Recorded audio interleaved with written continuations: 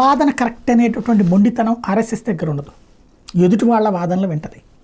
అక్కడ తన వాదనని బలంగా వినిపిస్తుంది, కన్విన్స్ చేస్తుంది, కన్ఫ్యూజ్ చేయదు, అహంకారం చూపించదు, అణకువతో మాట్లాడుతుంది, ఆవేశంతో మాట్లాడదు, ఆలోచనతో మాట్లాడుతుంది, ఆగ్రహంతో మాట్లాడదు, ఆత్మీయంగా మాట్లాడుతుంది. అదే ఆర్ఎస్ఎస్కి ఇంతవరకు వచ్చినటువంటి లైఫ్. ఆర్ఎస్ఎస్ ఐడియాలజీని వ్యతిరేకించే వాళ్ళు కూడా వాళ్ళు ఇచ్చే మర్యాద, వాళ్ళు చూపించే గౌరవాన్ని తప్పు పట్టలేరు.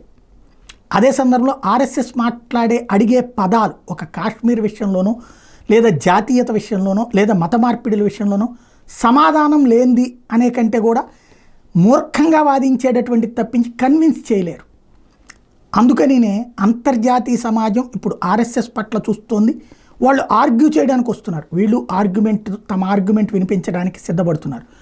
ఏదైతే ప్రధానమైనటువంటి అంతర్జాతీయ భావజాలాలతో American senior think tank team వస్తే వాళ్ళతో ఆర్ఎస్ఎస్ చీఫ్ మోహన్ జీ భగవత్ అట్లాగే రామ్ మాధవ్ ఇద్దరూ కూడా ఢిల్లీకి వచ్చారు. వాళ్ళు ఇండియా ఫౌండేషన్ ఢిల్లీ కార్యాలయంలో మీటింగ్ జరిగింది.